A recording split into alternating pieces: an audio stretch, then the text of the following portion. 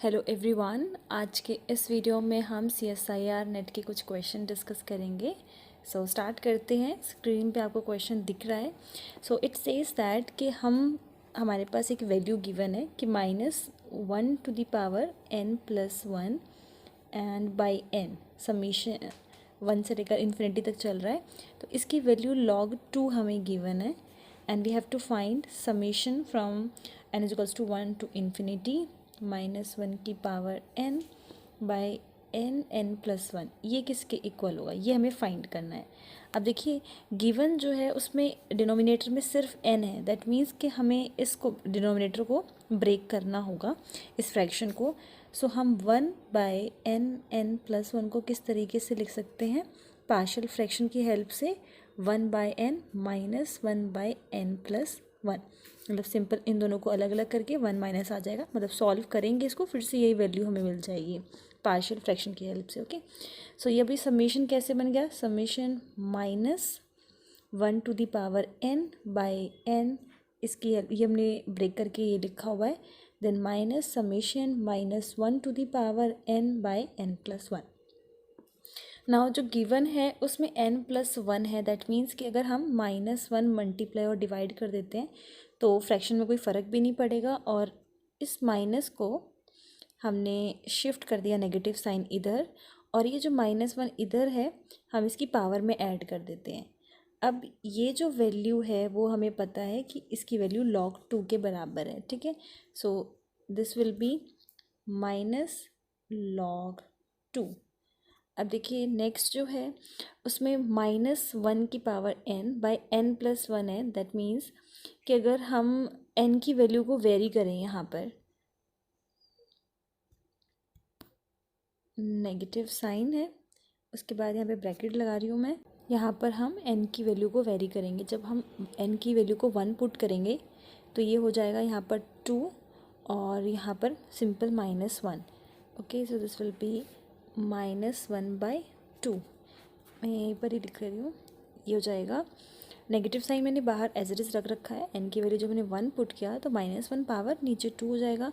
अब हम n की वैल्यू को 2 पुट कर रहे हैं तो नीचे तो ये हो गया 2 + 1 3, और पावर यहाँ पर अब हम ऐड करेंगे, क्योंकि जब इवन आएगा तो ये पॉजिटिव का चलेगा। देन अगेन नेगेटिव, नीचे अब हम n की वैल्यू 3 रख रहे हैं, सो दिस विल बी 4, और क्योंकि 3 रखा था तो पावर ये आ जाएगा, एंड सो ऑन। ठीक है, तो दिस विल बी प्लस का 1/5, माइनस का 1/6 and so on. Now we know that कि जो log 2 होता है उसका एक्सपेंशन किसके बराबर होता है, 1 + 1 1 -1/2 + 1/3 -1/4। मतलब सिंपली ये जो वैल्यू है 2 3 4 ये चेंज होती रहती है और साइन जो है वो अल्टरनेटिव चलते हैं, तो ये log 2 की वैल्यू होती है। और यही सेम चीज़ हमें ब्रैकेट में भी नज़र आ रही है, बट एक प्रॉब्लम ये है कि माइनस जो है वहाँ से स्टार्ट नहीं हो रहा, लाइक यहाँ पे 1 नहीं है। ठीक है, तो हम क्या कर सकते हैं, यहाँ से इसकी वैल्यू जो है सिर्फ इसकी वैल्यू फाइंड कर सकते हैं। तो ये क्या हो जाएगा, -1/2, दिस यहाँ से log 2 -1 वैल्यू आ जाएगी इसकी। ओके, तो इसको हम चेंज कर देते हैं, ये हो जाएगा -log 2, देन नेगेटिव साइन था बाहर ब्रैकेट के, और इस पूरी की जो वैल्यू थी वो हम आ गई हमारे पास, ब्रैकेट में लिख रहे हैं log 2 -1। ओके, नाउ ब्रैकेट जब हम ओपन करेंगे so -log 2 -log 2 + 1, this will be 2 times log 2 + 1। So यही हमारा फाइनल आंसर है। So option A is correct, that is 1 - 2 log 2। Now let us see second question. So हमें given है कि जो bn सीरीज़ है वो an से बड़ी है, और 4 ऑप्शन है हमारे पास कि bn अगर कन्वर्जेंट होगी तो an कन्वर्जेंट है, देन अगर bn एब्सोल्युटली कन्वर्जेंट है तो an भी एब्सोल्युटली कन्वर्जेंट होगी, और यही सेम रिजल्ट bn के लिए, an और bn के लिए है। ठीक है, मतलब वाइस वर्सा सिचुएशन है सी एंड डी ऑप्शन में। तो देखिए कंपैरिजन टेस्ट से हमारे पास एक रिज़ल्ट है कि अगर इस तरीके से है कि कोई सीरीज़ जो है दूसरी सीरीज से बड़ी है या फिर छोटी है। तो दो रिज़ल्ट हमें मिलते हैं कि इफ़ बी एन कन्वर्जेंट है तो दिस विल इम्प्लाइज दैट कि ए एन भी कन्वर्जेंट होगा, एंड अगर ए एन जो है वो डाइवर्जेंट है this implies that b n भी डाइवर्जेंट होगा। तो ये रिज़ल्ट हमें मिलते हैं कंपैरिजन से। मैं आपको एक तरीका बता देती हूँ उसको याद करने का। अब इस केस में बी एन क्या है, एक बड़ी सीरीज़ हमारे पास है और वो कन्वर्ज कर रही है फर्स्ट केस में। तो हमने इस तरीके से बना लिया कि ये किसी पॉइंट पे आके बी एन सीरीज़ जो है वो कन्वर्ज कर जाएगी बी एन। ए एन अब उससे छोटी सीरीज़ है तो हम यहाँ से इसको मान लेते हैं कि ए एन सीरीज़ है। सो कंडीशन ये थी कि जो ए एन सीरीज़ है वो बी एन से छोटी है। अब आप देखिए कि जो बी एन सीरीज़ थी वो अगर कन्वर्जेंट है तो ए एन भी कन्वर्जेंट होगी, क्योंकि ये आगे जाकर किसी पॉइंट पे कन्वर्ज मीट करेगी। ठीक है, इस तरीके से याद रख सकते हो आप इसको। नेक्स्ट रिजल्ट है कि इफ़ ए एन डाइवर्जेंट है, दैट मीन्स कि ए एन अगर छोटी वाली जो सीरीज़ है अगर वो डाइवर्जेंट है तो बी एन सीरीज़ जो है वो भी डाइवर्जेंट होगी।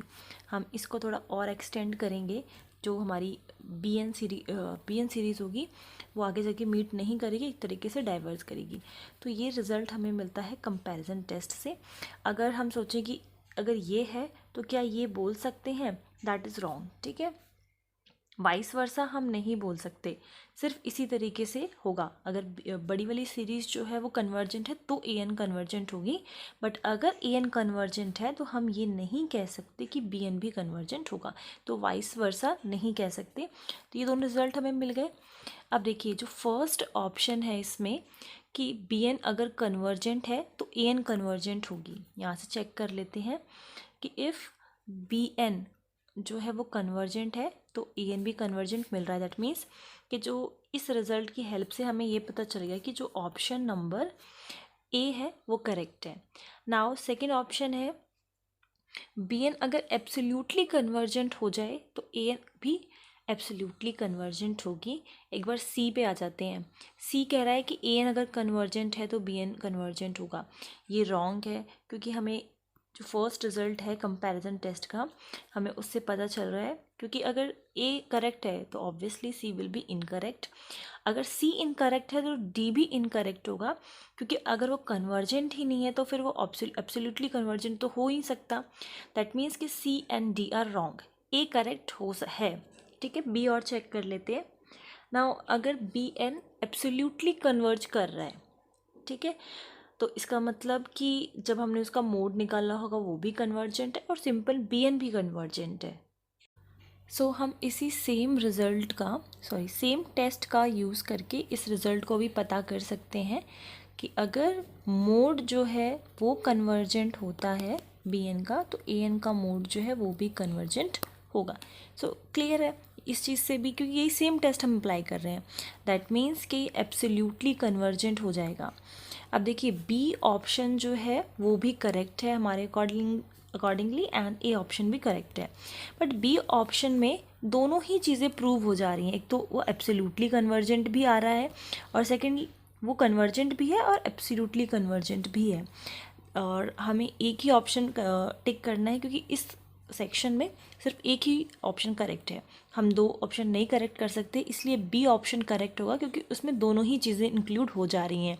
जो हम ए पॉइंट बोल रहे हैं जो कि करेक्ट है, वो ए पॉइंट भी बी पॉइंट में इंक्लूड हो जा रहा है, इसीलिए हम बी को टिक कर रहे हैं। ऐसा नहीं है कि ए गलत है, ए भी ठीक है, बट जस्ट बिकॉज ऑफ कि वो इंक्लूड हो रहा है बी पॉइंट में, इसलिए हम सिर्फ बी ही पॉइंट मार्क कर रहे हैं। आई होप ये एग्जाम्पल क्लियर है। थर्ड क्वेश्चन रिलेटेड है रेडियस ऑफ कन्वर्जेंस के टॉपिक से एंड इम्पॉर्टेंट है ये। इसके दो फॉर्मूलेज हैं वो हम देख लेते हैं, एंड उससे पहले एक बार डेफिनेशन डिस्कस करते हैं। देखिए रेडियस ऑफ कन्वर्जेंस जो है वो नाम से भी हमें पता लग रहा है कि रेडियस की बात हो रही है। दैट मीन्स कि जिस भी पॉइंट पावर सीरीज़ जिस भी पॉइंट से एक्सपेंड होगी, जो भी पॉइंट होगा एक्सपेंशन का, उससे हम फाइंड करते हैं जो नियरेस्ट सिंगुलैरिटी होगी वो हमारी रेडियस ऑफ कन्वर्जेंस कहलाती है। कि डिस्टेंस जो होगा वो पॉइंट ऑफ एक्सपेंशन से, जिस भी पॉइंट से एक्सपेंशन हो रहा होगा, पॉइंट ऑफ एक्सपेंशन से होता है सिंगुलैरिटी, इसके जो नियरेस्ट सिंगुलैरिटी के बीच का। जैसे मान लीजिए कि ये वो पॉइंट है जिससे हम एक्सपेंड करने वाले हैं, और यहाँ पर दो सिंगुलैरिटीज़ हैं। जो सबसे नियरेस्ट सिंगुलैरिटी होगी वो हम रेडियस ऑफ कन्वर्जेंस लेते हैं। दो फॉर्मूलेज क्या है, 1/r is equals to limit n tends to infinity supremum of an+1/an, और 1/r is equals to limit that is n tends to infinity supremum an इसका 1/nth पावर। ओके, सो देखिए सबसे main चीज़ ये है कि जब हम इसको सॉल्व करते हैं, किसी भी फॉर्मूले से सॉल्व कर सकते हैं, बट क्वेश्चन के अकॉर्डिंगली देखते हैं कि क्या कन्वीनियंट है, किससे ईजिली आंसर आ रहा है, तो उसके अकॉर्डिंगली हम चूज़ कर लेते हैं दोनों फॉर्मूले से।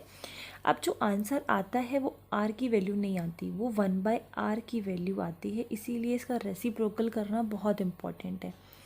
सेकेंडली एक एग्जाम्पल देख लेते हैं, उससे ज़्यादा अच्छे से समझ में आएगा। फॉर्मूलेज मैंने डिस्कस कर लिए हैं एंड डेफिनेशन मैंने डिस्कस कर लिया है। डेफिनेशन और क्लियर होगी जब हम इस क्वेश्चन को डिस्कस करेंगे। सो क्वेश्चन है, यहाँ पर हमें रेडियस ऑफ कन्वर्जेंस निकालना है और an गिवन है कि वो कन्वर्जेंट है। Let me read the question. Let an जो कि कोई सीक्वेंस है रियल नंबर्स का, सच दैट कि an जो है वो कन्वर्जेंट है। देखिए an कन्वर्जेंट है बट जो उसका मोड है ओके वो डाइवर्जेंट है। मतलब कि एक तरीके से जो सीरीज़ है an ये क्या है, कंडीशनली है, ना कि absolutely. Okay, then radius of convergence हमें पूछा गया है पावर सीरीज़ का। तो पावर सीरीज़ क्या है, an x⁴n। देन हमें फाइंड करना है कि इसका रेडियस ऑफ कन्वर्जेंस क्या होगा। अब हम देखते हैं, जैसे कि मैंने आपको डेफिनेशन में ही बोला कि जो रेडियस ऑफ कन्वर्जेंस है, जो भी पावर सीरीज़ का पॉइंट होगा जिसके अलॉन्ग हम एक्सपेंड कर रहे हैं, या पॉइंट ऑफ एक्सपेंशन जो होगा वो हमें चाहिए होता है। तो पावर सीरीज़ क्या होती है, किस फॉर्म की होती है, सीरीज़ है इसलिए सिग्मा लगा दिया, सॉरी समेशन लगा दिया, and an x⁴0 whole power n और an z-0 whole power n।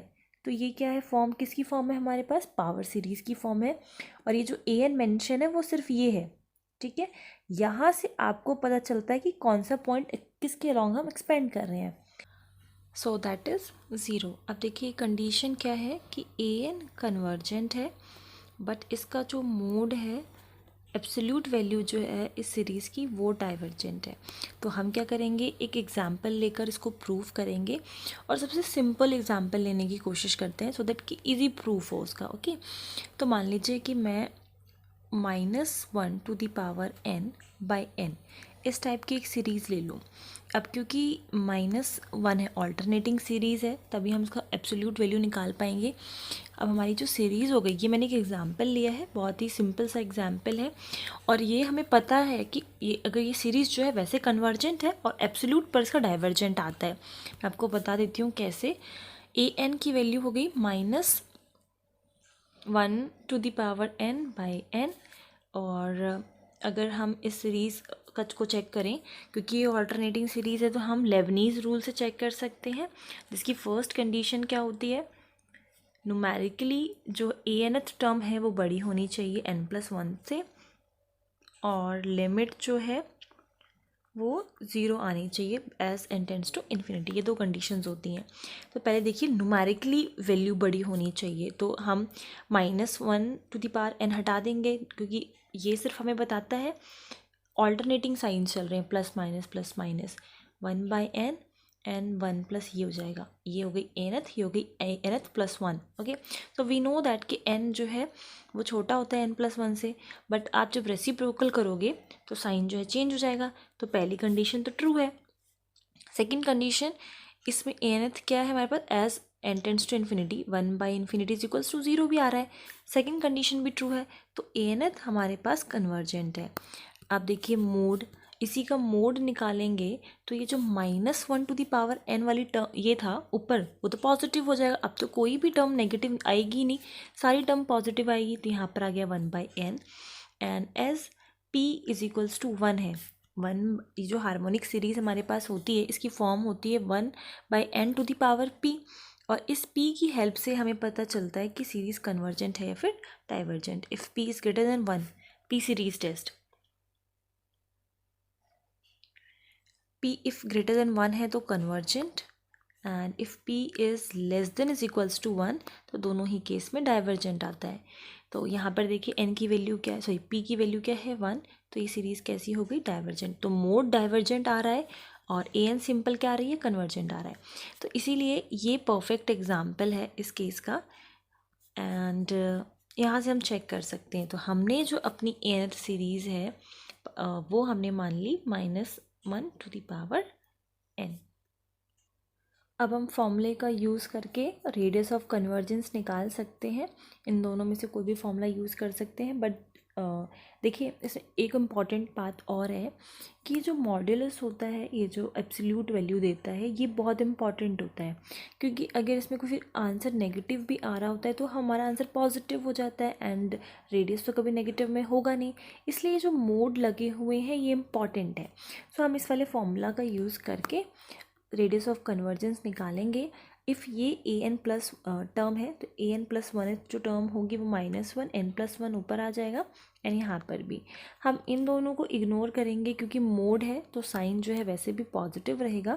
तो an+1/an जो है रेडियस ऑफ कन्वर्जेंस के फॉर्मूले में मोड की वजह से हमने वो हटा दिया है। Then we will simply take limit, तो यहाँ पर आ जाएगा n+1/n, एंड हम n कॉमन ले सकते हैं लिमिट लगाने से पहले, अगर अदरवाइज़ तो फिर वो ∞/∞ की फॉर्म बन जाएगी। तो n हमने बाहर ले लिया common, this will B mode हम ऐसे ही रखेंगे 1/n आ जाएगा, n से n कैंसिल।